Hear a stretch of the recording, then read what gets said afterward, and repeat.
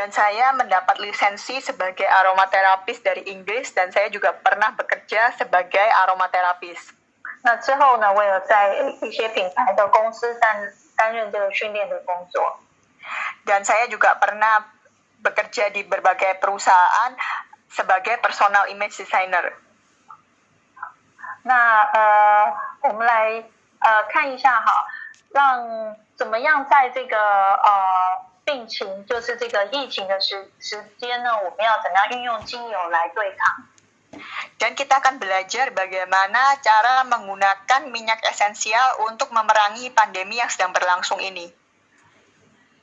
好，那我想问大家一下啊，请问什么是精油呢？ Dan saya akan bertanya kepada semuanya, apakah essential oil atau minyak esensial itu? 精油呢，有的人说它是植物的精华，又称作植物的荷尔蒙。Ada yang menyebut bahwa minyak esensial itu adalah yang diekstraksi dari tumbuhan dan merupakan hormon dari tumbuhan. 它其实呢是一种从植物萃取出来的一种天然的物质，然后它本身是带有香气的。Jadi minyak esensial itu sebenarnya adalah bahan alami yang diekstraksi dari tumbuhan dan mempunyai aroma yang wangi. 它是来自植物的花、树叶、茎或者根或者是果实当中。Dan minyak esensial ini dapat berasal dari bunga, batang, akar, maupun berbagai bagian lain termasuk buah. 但是是不是所有的植物都可以萃取得出精油呢？ Tapi apakah semua pohon atau semua tumbuh-tumbuhan dapat diekstraksi minyak esensialnya? 事实上，并不是所有的植物都可以产出精油。 Sebenarnya tidak semua pohon-pohon dapat diekstraksi minyak esensialnya. 一般的植物只要有阳光、空气、水，它就可以生存了。 Banyak tumbuhan asalkan ada sinar matahari, oksigen dan air dapat tumbuh. 但是呢，这些可以提炼出精油的植物呢，它们都有一些特性。 Tapi pohon-pohon yang dapat kita ekstraksi minyak esensialnya ini memiliki karakter khusus. 就是多半它们都是生长在一些环境比较特殊的一些这样的环境的地方。 Sebagian besar dari mereka tumbuh di tempat yang tidak gampang untuk tumbuh di tempat sulit untuk tumbuh. 而且这些植物呢，它在它的植物里面，它都有一个香脂腺。那这些植物因为它有一个特殊的这种香脂腺，所以才可以从它的这个腺体里面去提炼出精油。 Dan tumbuh-tumbuhan ini memiliki karakter khusus, memiliki serat khusus yang hanya dapat diekstraksi minyak esensialnya dari kondisi tersebut. 那我们来看一下哈，就是精油对于植物呢，它有什么样的作用？ Apakah manfaat minyak esensial terhadap tumbuh-tumbuhan? 为什么这些植物它需要精油？ Mengapa setiap tumbuh-tumbuhan ini memerlukan minyak esensial? 因为我们都知道啊，植物它是不可能移动的嘛，它不会跑。 Dan seperti yang kita semua tahu bahwa tumbuh-tumbuhan itu tidak dapat bergerak ataupun berlari. 所以它要怎么样子帮助它自己来躲避一些威胁？ Maka dari itu bagaimana cara tumbuh-tumbuhan tersebut untuk melindungi diri mereka sendiri dari bahaya? 所以它就可能会创造出一些特殊的味道跟一些化学成分来驱赶。 Karena itu mereka mungkin memproduksi bahan-bahan kimia khusus atau bau-bauan khusus yang dapat melindungi mereka dari kondisi ini. 所以它就是保护它自己，去防御一些动物或者是昆虫对它的侵袭。 Sehingga dapat membantu mereka untuk mencegah terhadap serangan hewan dan serangga. 那如果它遇到了一些细菌、病毒或者是霉菌这些微生物的入侵的时候呢，它也可以借由这个精油来去把这些病毒细菌给杀死。 Dan melalui minyak esensial ini dapat membantu mereka untuk melawan serangan bakteri, virus atau jamur. 那如果今天这个植物它本身呢，受伤了，有了伤口，它也会借由精油来帮助它去修复它的伤口。Dan apabila tanaman ini terluka, maka dapat menggunakan minyak esensial untuk menyembuhkan luka pada tanaman tersebut.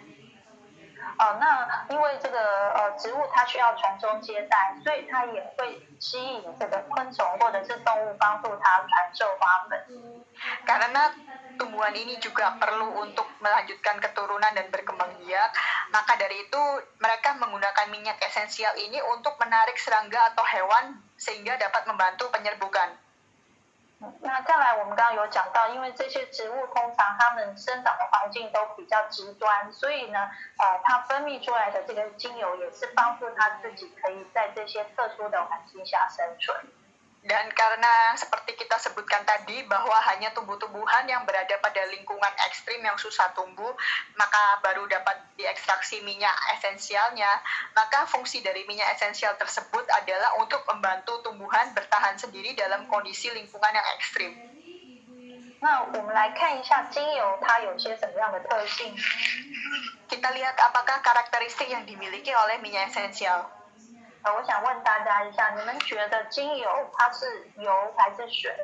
Dan saya ingin bertanya kepada semuanya, menurut kalian apakah minyak esensial itu termasuk sebagai air atau sebagai minyak? 实际上呢，精油它既不是油，也不是水。 Sebenarnya minyak esensial ini bukan minyak dan bukan air. 它的质感，如果你真的用手去触碰它，你会发现它的质感比较接近水。 Dan apabila Anda menggunakan tangan untuk memegang minyak esensial ini, maka Anda akan merasakan bahwa teksturnya mirip dengan air.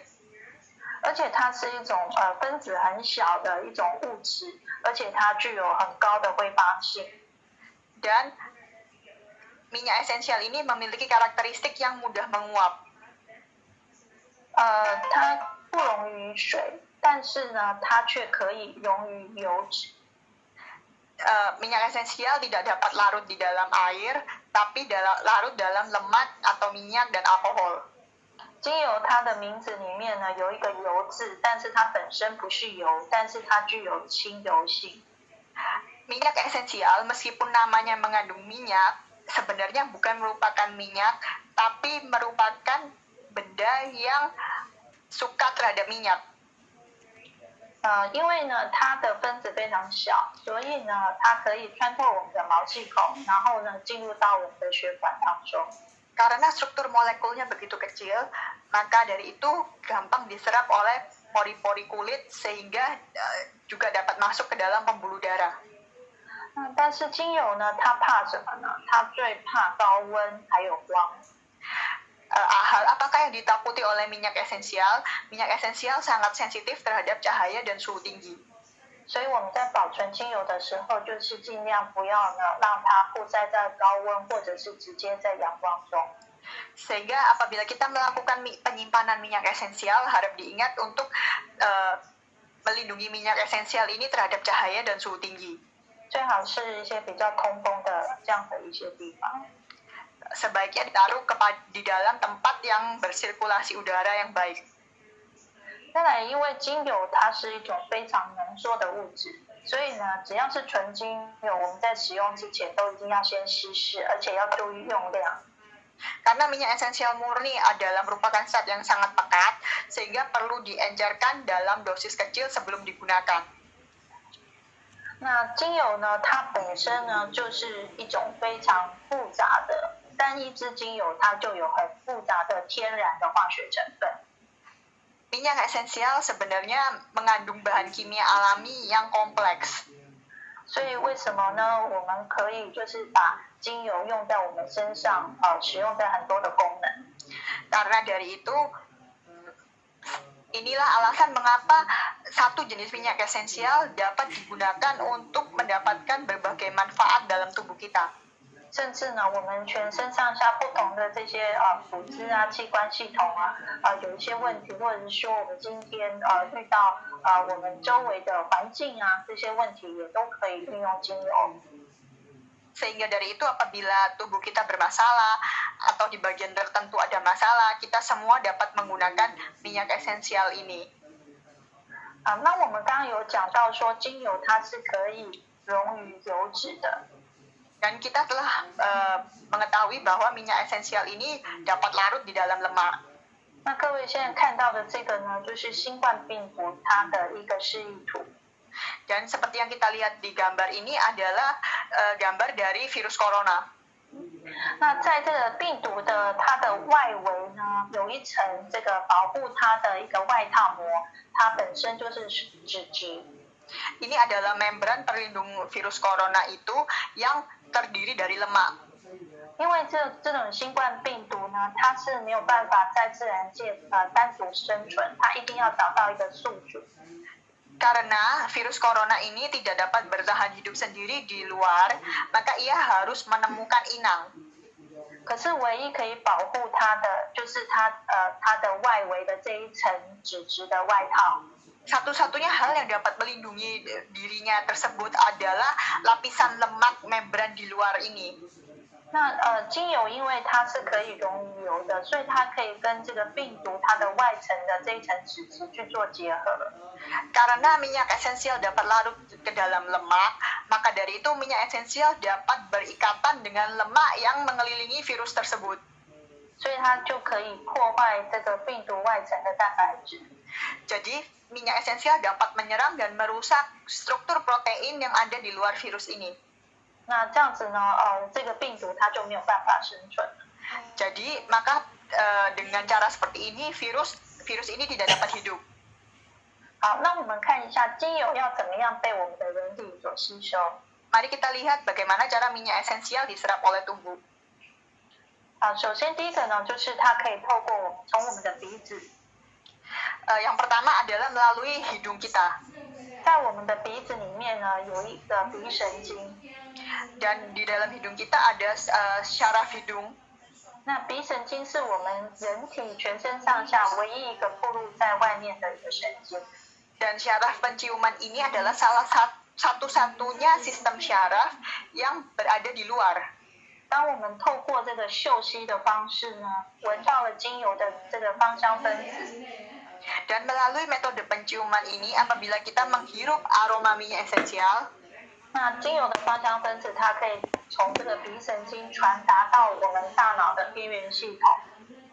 sehingga melalui hidung kita, aroma minyak esensial yang kita hirup ini dapat dihantarkan ke otak. 那我们大脑的边缘系统，它最主要就是处理我们的一些情绪，还有记忆跟调节我们身体其他的组织跟器官。Dan syaraf-syaraf yang ada di otak itu dapat mengatur memori, emosi, baik pengatur sistem syaraf yang lain. 所以，如果我们是要针对这个情绪面、心理面，或者是说我们要提升我们的专注力、记忆力的话，我们都可以透过嗅吸的方式。Jadi apabila kita ingin mengatur emosi kita atau kita ingin meningkatkan fokus kita, maka dapat menggunakan minyak esensial ini untuk mencapainya. 好，那我们看到这个画面上呢，就是比方说这个就是你可以把精油滴一滴在手帕里面，然后你就可以做休息。Dan seperti gambar di sini, kita dapat meneteskan minyak esensial itu pada sapu tangan kita dan menghirup minyak esensial tersebut. 这是一种就是很简单的方式的一个休息的方法。Ini adalah cara penciuman yang paling mudah. 那或者我们也可以透过一些仪器。Selain itu kita juga dapat menggunakan peralatan. 比方说这个左下角这种呢，它是可以借由水分子的方式蒸汽，然后跟着精油一起扩散。Dan seperti yang kita lihat pada bagian kiri bawah, ini adalah diffuser yang menggunakan air dan minyak esensial yang diuapkan. 那右下角这个呢，它是直接滴精油，不需要加水的。Yang bagian kanan ini dapat langsung diteteskan minyak esensial tanpa melalui air lagi. 这种是叫扩香仪，它是透过这个震动的方式，把这个精油呢震成这个更小的分子，然后扩散到空气当中。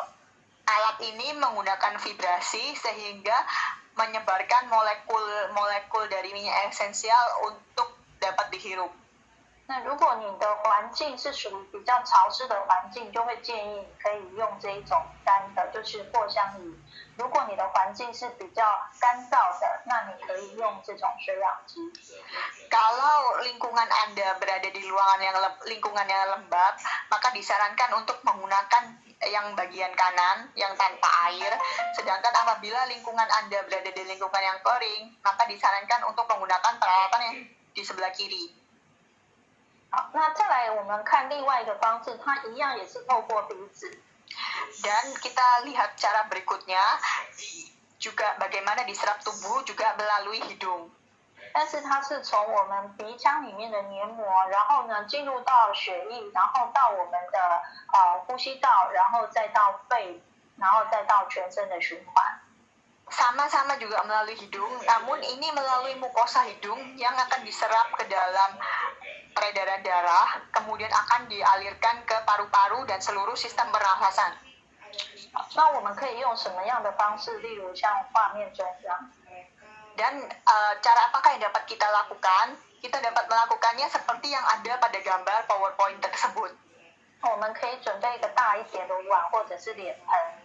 Mari kita siapkan mangkok atau ember. 那里面放大概8分满的热水。Dan kita isi air panas sampai 80% penuh. 但是不要过烫，因为我们刚刚有讲，精油它很怕热，所以呢，这个里面的温度大概差不多40-50度就可以。Jadi, tapi jangan terlalu panas, karena seperti yang kita bahas sebelumnya, bahwa minyak esensial ini sensitif terhadap suhu tinggi. Jadi, suhu air yang berada di dalamnya sekitar, suhu tak usutu mah. Jadi, suhu air yang ada di dalamnya itu sekitar 45 derajat sampai 50 derajat sudah cukup. 对，因为如果你用了一个100度的开水，那精油滴下去，精油的活性就没有了。Jadi karena apabila Anda menggunakan air mendidih 100 derajat dan apabila minyak esensial itu diteteskan ke air mendidih tersebut, maka segala fungsi kegunaannya akan hilang. 好，那我们大概滴个2到4滴就可以了。Dan kemudian teteskan 2 sampai 4 tetes ke dalam air tersebut. 然后呢，你用一条大毛巾把你的整个头跟这个碗全部都覆盖起来。Dan Anda dapat gunakan dengan handuk besar untuk menutup kepala dan ember tersebut. 然后这时候你可以把你的口鼻张开，然后做深呼吸。Dan saat ini Anda dapat membuka mulut dan hidung Anda untuk menarik nafas dalam-dalam. 那可以大概做5到10分钟。Proses ini dapat dilakukan selama 5 sampai 10 menit. 大人小孩都可以做。Hal ini dapat dilakukan oleh orang dewasa maupun anak-anak. 那如果是小朋友的话，我们大人就可以带着他一起做。Dan apabila anak kecil, maka orang dewasa dapat bersama-sama menggunakannya berbarengan dengan anak kecil tersebut. 这种方式是对于呼吸道呢非常好。Cara ini bekerja sangat baik untuk sistem pernafasan. 像是如果在感冒的前状，例如说你可能感觉我好像有一点点不舒服了，那你就可以开始就是用这样蒸汽的方式。Dan cara ini dapat dilakukan apabila Anda mulai merasakan gejala awal batuk pilek dan mulai merasakan kondisi tidak sehat, maka dapat dilakukan cara ini. 但我们要注意，就是如果你做完5到10分钟，你要掀开的时候，你要慢一点。Dan apabila Anda telah selesai proses ini selama 5-10 menit dan Anda akan menghentikannya, maka proses membukanya harus pelan-pelan. 可以先慢慢的把头先露出来，然后呢，隔个几分钟再慢慢的身体再打开。Jadi pertama-tama dapat mengeluarkan kepala terlebih dahulu dan perlahan-lahan mengangkat kepala. Setelah beberapa menit baru keluar dari seluruh tubuh. 不要突然的，就是这个毛巾突然的整个打开，这样子温差一下子太大，反而容易感冒。Jangan tiba-tiba setelah selesai proses berlangsung Anda membuka handuk begitu saja, karena apabila terjadi perubahan suhu yang begitu besar, maka dikhawatirkan justru akan membuat batuk pilek. 好，那我们再看另外一个方式，它是透过皮肤吸收的方式。 Dan akan kita lihat cara berikutnya adalah penyerapan melalui kulit. 我们从这张图我们可以看到如果我们一般的这个是我们的产品 Marvel 的3号或4号。Ini adalah produk kita Marvel yang nomor 3 atau nomor 4. 那这张图呢是我们皮肤的组织图。Dan gambar ini adalah gambar lapisan jaringan kulit kita. 最上面这边是我们皮肤的表皮，然后真皮，再来是血管跟淋巴。Ini adalah lapisan terluar kulit kita yang disebut sebagai epidermis, dan dermis juga ada saluran peredaran darah dan limfa. 那一般的这个面霜或者是乳液呢，它可以进入到皮肤的表皮层。Lotion biasanya dapat masuk ke dalam lapisan epidermis. 那如果是精华液或者是像 Marvel 的1号呢，它大概可以进入到皮肤的表皮层的底层到真皮层这样的位置。Dan seperti Marvel nomor 1 atau serum dapat masuk ke dalam epidermis dalam ataupun bagian kulit atas, dermis atas. 那精油呢，因为它的分子非常的小，所以它是可以直接透过皮肤的毛孔，然后呢进入到皮下的这个淋巴跟血管。Jadi apabila minyak esensial ini ukuran molekulnya lebih kecil sehingga dapat langsung masuk melalui pori-pori kulit ke dalam pembuluh darah dan kelenjar getah bening. 那它可以从这个淋巴血管，然后就到我们全身的循环。Sehingga melalui kelenjar getah bening ini dapat dialirkan ke seluruh tubuh melalui sirkulasi. 大概差不多半个小时的时间，就全身都可以循环到。Hanya menggunakan waktu 30 menit maka dapat dialirkan ke seluruh tubuh. 那一般它在身体里面可以停留的作用时间大概2个小时到4个小时。 Dan minyak esensial ini dapat berada dalam tubuh sekitar 2-3 jam. 停留时间的长短会依照这个不同的精油属性，还有就是或者是我们个人的这个身体的新陈代谢循环有关。Waktu lamanya minyak esensial ini berada dalam tubuh ditentukan oleh sifat dan karakteristik minyak esensial, juga ditentukan oleh sirkulasi tubuh kita masing-masing. 比方说小朋友的话，小孩子因为他体积比较小，他的新陈代谢快，所以他可能很快的精油就代谢出去。Misalnya untuk anak kecil, karena volumenya lebih kecil dan sirkulasinya lebih cepat, maka minyak esensial dapat dengan mudah dikeluarkan. 但是，譬如说，年纪比较大的人呢，那他们的代谢比较慢，他在精油在体内的停留时间就会比较长。 Dan untuk orang tua yang sirkulasi dan metabolisme tubuhnya lebih lambat, maka waktu minyak esensial berada dalam tubuhnya akan lebih panjang. 那什么时候我们会用到皮肤吸收法？ Kapankah waktu yang tepat untuk kita menggunakan metode penyerapan kulit ini? 比方说，我们今天要针对呼吸道的话，我们就会直接涂抹在呼吸道的这个位置。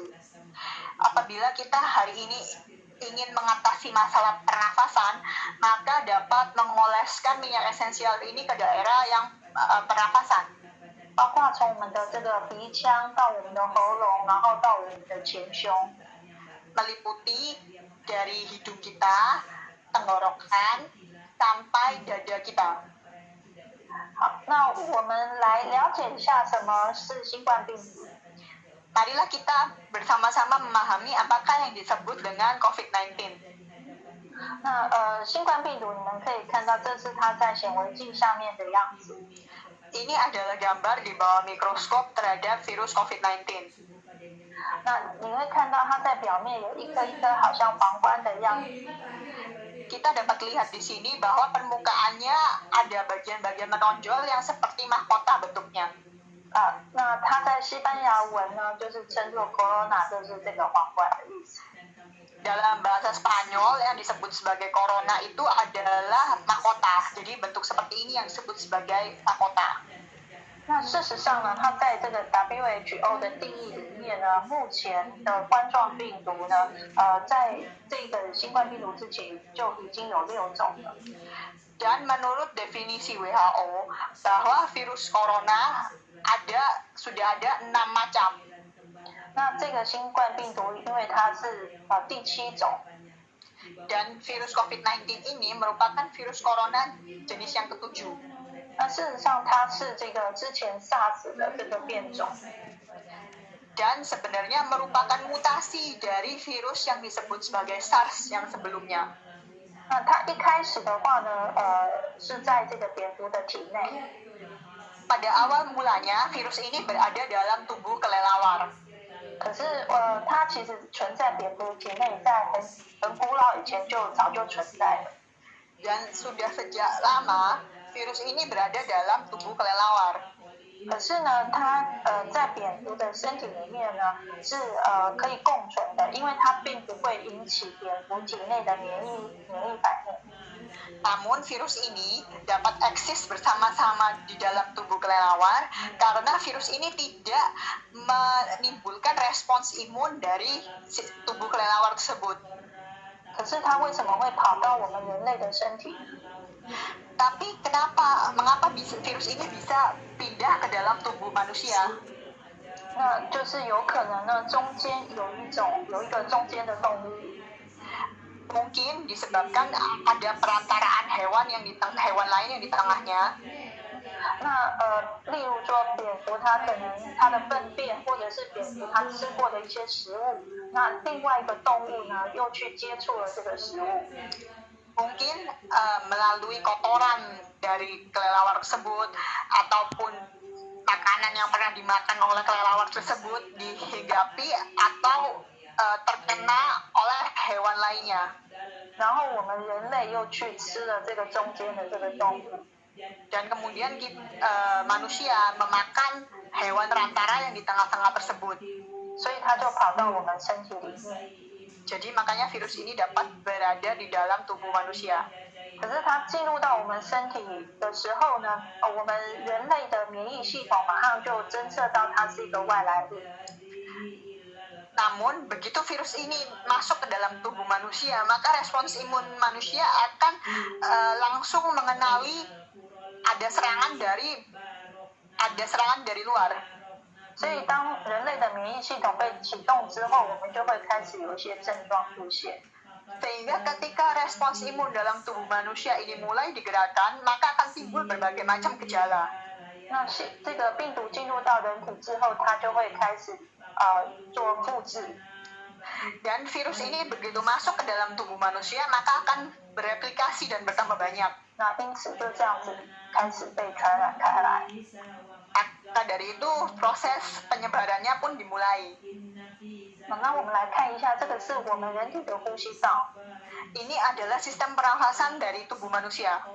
从这个鼻腔到喉咙这个部分，我们称为上呼吸道。 Dari rongga hidung sampai kepada trakea, ini yang disebut sebagai sistem pernafasan atas. 从这个气管下面到肺部这边，我们称为下呼吸道。 Dan dari trakea sampai ke paru-paru, ini yang disebut sistem pernafasan bawah. 那这个新冠病毒它最主要呢是从这个气管就是以下侵犯到我们的下呼吸道。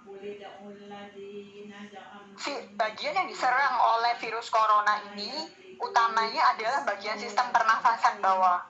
所以为什么我们就是这个新冠病毒它的症状多半都是这个下呼吸道的症状？ Karena itu apabila kita perhatikan, maka gejala yang ditimbulkan dari virus corona tersebut sebagian besar merupakan gejala yang nampak di sistem pernafasan bawah. 好，那我们来看一下呢，这个新冠病毒跟一般的流感还有感冒有怎么样的不同？ Maka dari itu, marilah kita lihat bersama-sama apakah perbedaan antara virus corona dibandingkan dengan flu atau batuk pilek. 首先呢，它的这个病毒就不一样，这次这个是这个新冠病毒，那流感的话它是流感病毒，感冒的话它是呼吸道病毒。Jadi dari asalnya saja sudah berbeda. Kalau virus corona asalnya dari virus corona, flu asalnya dari virus influenza, batuk pilek asalnya dari virus pada saluran pernafasan. 那他们的这个感染的方式都是透过飞沫跟接触。Cara penularannya semua melalui droplet dan sentuhan. 比方说有人打喷嚏、咳嗽，或者是说这个人他的手去接触到一些物体，然后呢下一个人又去触碰了这些东西，然后就会被感染。Jadi apabila ada orang batuk atau ada orang bersin, kemudian ada orang yang menyentuh tetesan dari batuk pilek bersin itu dengan tangan, kemudian memegang mata, hidung, mulut. 那你摸到了这些物体之后，可能你的手呢没有消毒清洁，然后你又碰到了自己的这个口鼻啊、眼睛啊这些，它就会进入到我们身体。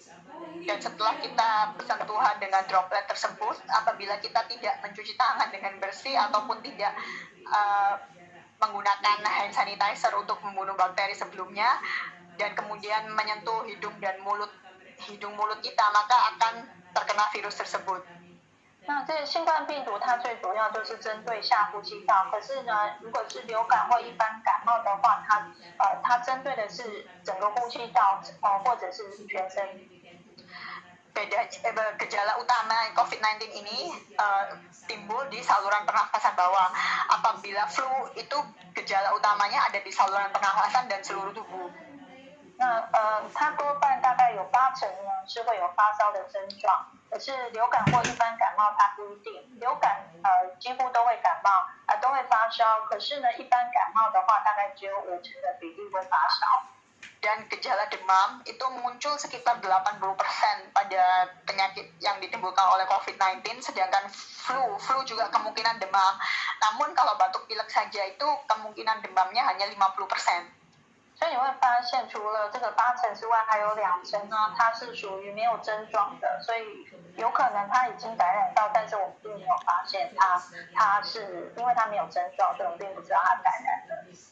Jadi seperti kita lihat di sini bahwa sekitar 20%-nya itu tidak mengalami demam. Maka ini yang disebut sebagai OTG atau orang tanpa gejala, karena sebenarnya orang tersebut sudah terkena virus ini namun tidak menunjukkan gejala apapun.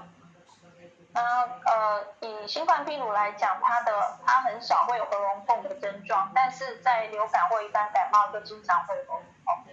Dan apabila kena COVID-19 itu jarang terjadi ada sakit tenggorokan, sedangkan gejala flu dan batuk pilek itu sering terjadi sakit tenggorokan. 然后呢，它也很少会有鼻塞、流鼻水，可是流感跟感冒就经常会出现。Dan untuk gejala hidung tersumbat atau pilek untuk COVID-19 sebenarnya jarang, namun sering dialami oleh orang yang mengidap gejala flu atau batuk pilek. 所以这个部分呢，是很容易去区分它是不是属于新冠病毒或者是一般感冒。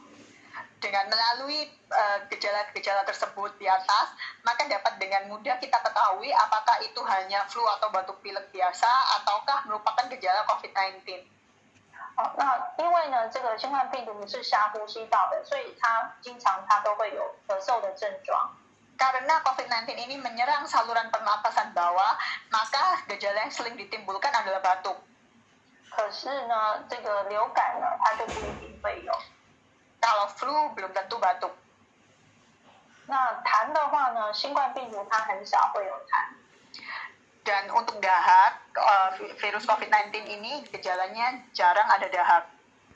那因为它会到达肺部，所以呢，如果是比较严重一点到肺部的，它就有30%会产生这个喘的症状。Karena ini menyerang bagian paru-paru, maka ada 30% yang dapat merasakan gejala sesak nafas. 那针对这一次的这个新冠病毒呢，我们这里有6支可以用的防疫必备的精油。Di bawah ini adalah daftar minyak asiri atau minyak esensial yang dapat digunakan untuk pencegahan epidemi, termasuk 6 jenis minyak esensial tersebut. 这分别有茶树、ada tea tree oil, 柠檬、lemon oil, 杜松、juniper oil, 尤加利、minyak eucalyptus, 迷迭香、minyak rosemary oil, 丝柏。 dan cypress oil. 好，那我们来了解一下这些精油有什么样的特性。 Dan marilah kita pahami karakteristik dari minyak esensial tersebut. 那柠檬的话呢，它是一种就是果实，我们是从它的果皮萃取出精油。 Minyak esensial lemon adalah minyak esensial yang berasal dari buah-buahan dan kita mengekstraksinya dari kulit buah.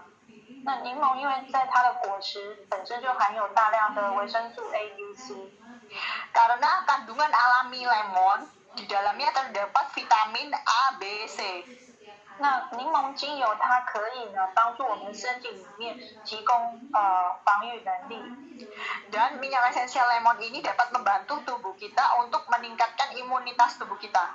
而且它可以激励我们全身的